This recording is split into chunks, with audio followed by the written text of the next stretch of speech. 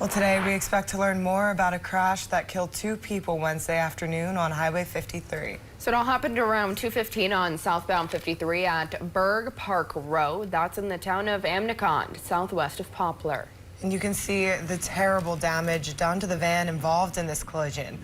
According to the Douglas County Sheriff's Office, the crash was caused by a wrong-way driver. Someone was heading north in the southbound lanes, and the van collided with the car head-on.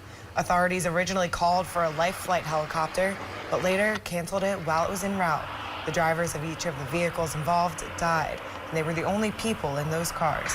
The highway was closed for about 2.5 hours during investigation and cleanup. And the Sheriff's Office plans to release the names of those victims today, as well as additional details on the investigation. We'll have those on air and on our Northern News Now app.